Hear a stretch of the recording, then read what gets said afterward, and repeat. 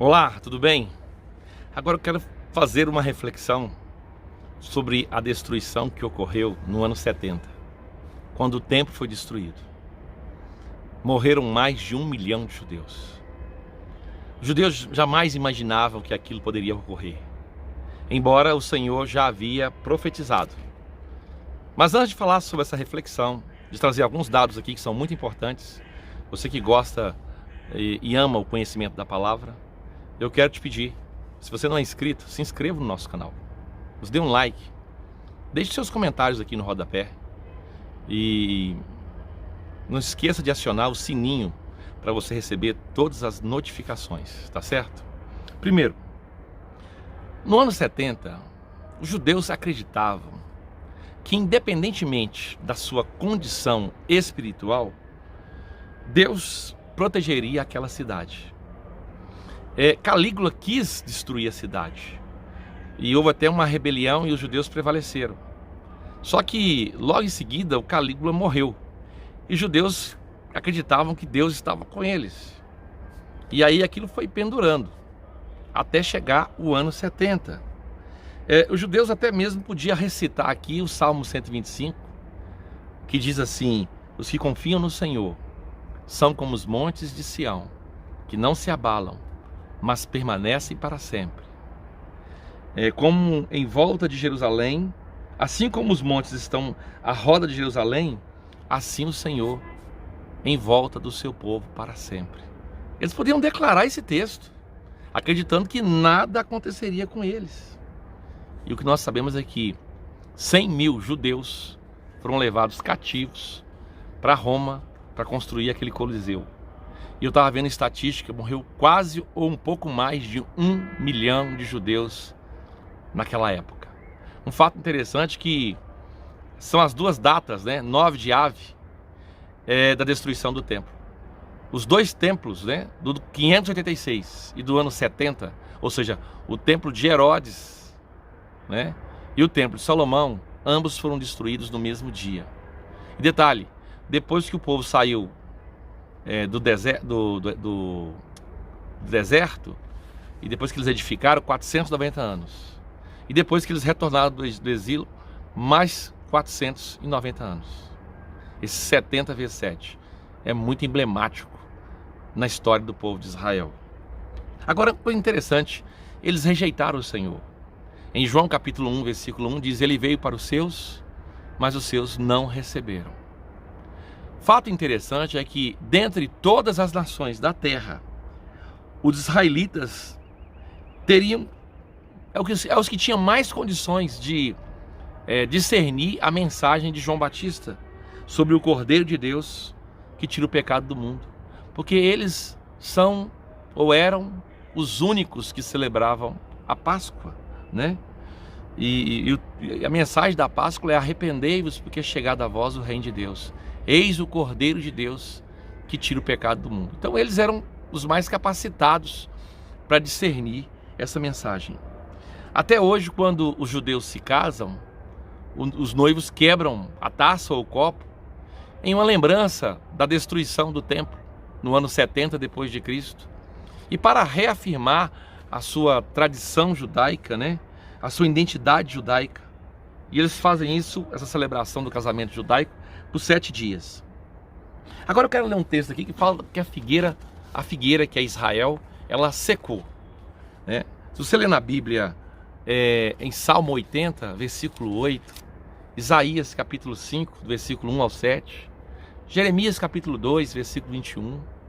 Se você ler, por exemplo, Isaías 27, 6, ou Joel capítulo 1, do versículo 6 ao 8, você vai ver que figueira ou videira representa Israel. E aqui no capítulo 21 vai falar de algo muito interessante em relação a Israel.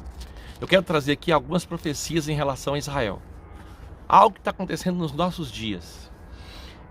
Mateus capítulo 21, versículo de número 19, da palavra do Senhor, diz assim: e avistando uma figueira perto do caminho, dirigiu-se a ela e não achou nela senão somente folhas. E disse: nunca mais nasça fruto de ti para sempre. E a figueira secou imediatamente. Aí o versículo 20. E os discípulos, vendo isto, maravilharam-se, dizendo: como secou imediatamente a figueira? Então, depois que a figueira secou imediatamente, até as raízes, o povo de Israel perdeu a sua cidade principal, que era Jerusalém. No ano 70, eles foram expulsos só de Jerusalém. E tinha mais de 900 cidades onde eles estavam. Mas no ano 135, Adriano, o imperador, fez com que o seu general romano expulsasse os judeus da Palestina. Aí eles tiveram que sair não só da nação de Israel, mas tiveram que sair da Palestina, né? E aí as suas raízes secaram, né? E renascer para o judeu seria o quê? Só um milagre. E aí você vai descobrir que depois de 1878 anos, né? Aí Isaías 66, versículo 8 se cumpre. Quem jamais viu tal coisa? Pode nascer uma terra num só dia? 14 de maio de 1948, a nação de Israel voltava a florescer. Até 1827, eu estava vendo relato de historiadores e arqueólogos, a terra estava toda desolada, toda devastada, parecia um deserto, né? Claro, é verdade que ainda hoje 2/3 de Israel é deserto, mas até 1827 era tudo deserto. E aí a terra começou o quê? Florescer. Até nas rochas nascem flores, porque os seus verdadeiros donos voltaram para a terra, né? Muito interessante. Então, Israel tem desfrutado de milagre após milagre. Quer ver um outro milagre? Esse foi um milagre, eles terem renascido depois de 1878 anos. Aí aconteceu outro milagre. Outra intervenção divina seria o termo mais correto. Logo após a proclamação de independência de Israel, em 14 de maio de 48, o mundo islâmico se levantou contra a nação de Israel. E aí, como é que era o contingente? Bom, o contingente das tropas árabes era cerca de 40 por 1. 40 soldados árabes para um soldado israelita. É como se fosse um lutar contra 40. Pensa para você ver se isso não é um milagre. Mas não é só isso não. Em termos de população, a população árabe na época era 100 por 1. Tivesse 100 habitantes árabes e um israelita. Mas não para aí não. Os equipamentos militares dos árabes, dos muçulmanos, era 1000 por 1. Exatamente isso, 1000 por 1. E a área territorial era cerca de 5.000 por 1. Milagre ou não é milagre? Milagre. Um grande milagre.